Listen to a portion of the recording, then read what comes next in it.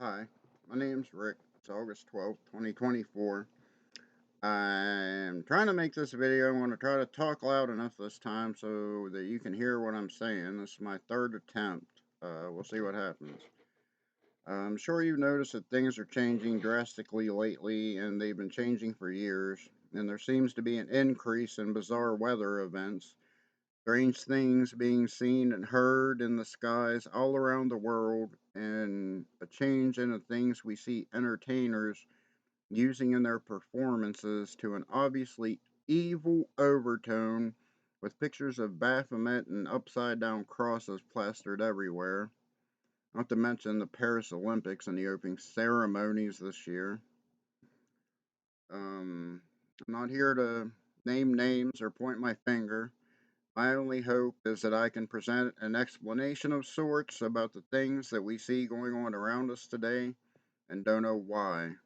I hope to explore how some of my explanations line up with some religious prophecies and also some scientific explanations I feel have been intentionally suppressed by the powers that control this world.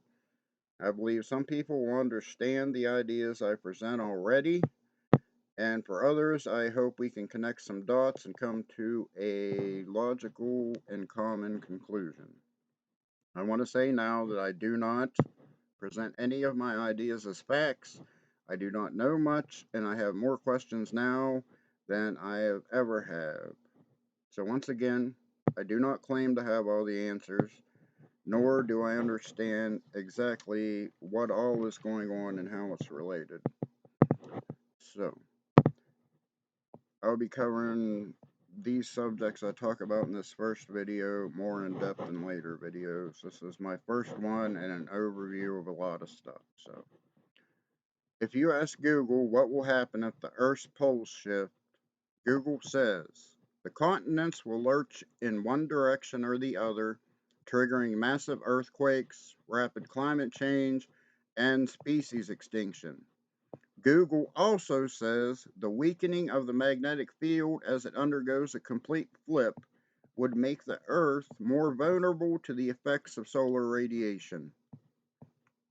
Research at Peking University in China concluded that the core's rotation stopped around the year 2009 and then slowly restarted in the opposite direction. So I would think, knowing that the spinning of the Earth's core is what provides a magnetic field around the Earth called the magnetosphere, this field is what protects the Earth from radiation from the sun. The field also helps animals when they migrate know what direction they're going. With this weakened magnetic field and the excessive radiation reaching Earth's surface, the vegetation will die and humans will experience far greater numbers of the C word. You can go outside and look at your grass, go stand in the direct sunlight for a while, and you'll feel what I'm talking about. The heat wave all around the world this summer. In some countries, the stoplights, garbage cans, and tires are literally melting in the heat. That's not normal. There are videos of sunflowers turning away from the sun this summer. I'm sure you've seen some of these videos and noticed some of the strange things yourself. You see a little better how if the core stopped spinning and the magnetic field was reduced that protects the Earth, then all of these things start to make sense. So, in summary, we know that geologists believe that the Earth's core stopped spinning. We also know that the spinning core is what causes the magnetic field around the Earth. This field is what keeps radiation from reaching the surface of Earth. Now that the core stops spinning, the magnetic field would be greatly reduced, letting way too much radiation get to the surface.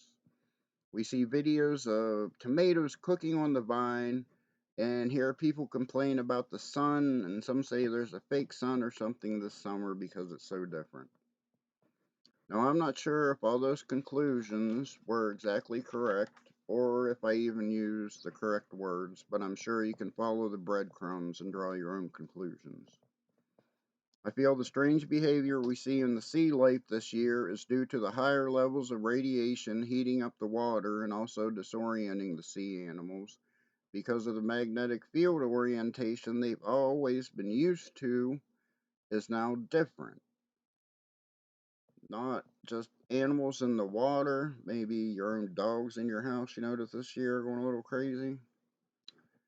Did you see the swarm of dragonflies in Rhode Island? Or the swarm of crows in California? Have you noticed all the young deer by themselves on the side of the road this summer? Then there's the extreme weather all over the world, like 25 tornadoes in Chicago in one day, the snowstorm in Africa, the snowstorm in all 254 counties of the state of Texas. Mount Etna has been erupting. There's a giant fault line that's expanding every day in Asia. There's the fault line in California that's expanding every day. People walk out on their front porch and their driveway is 10 to 12 feet below where it used to be. These people have come home and tied ropes to their front porch so when they get out of their car, they can pull themselves up the rope to get to their front door. I understand a lot of them are just moving out now, but what else are you going to do? The National Guard practicing drills for an 8.4 magnitude earthquake along the fault line that would split the country in two along Michigan and Missouri. Kind of odd, huh?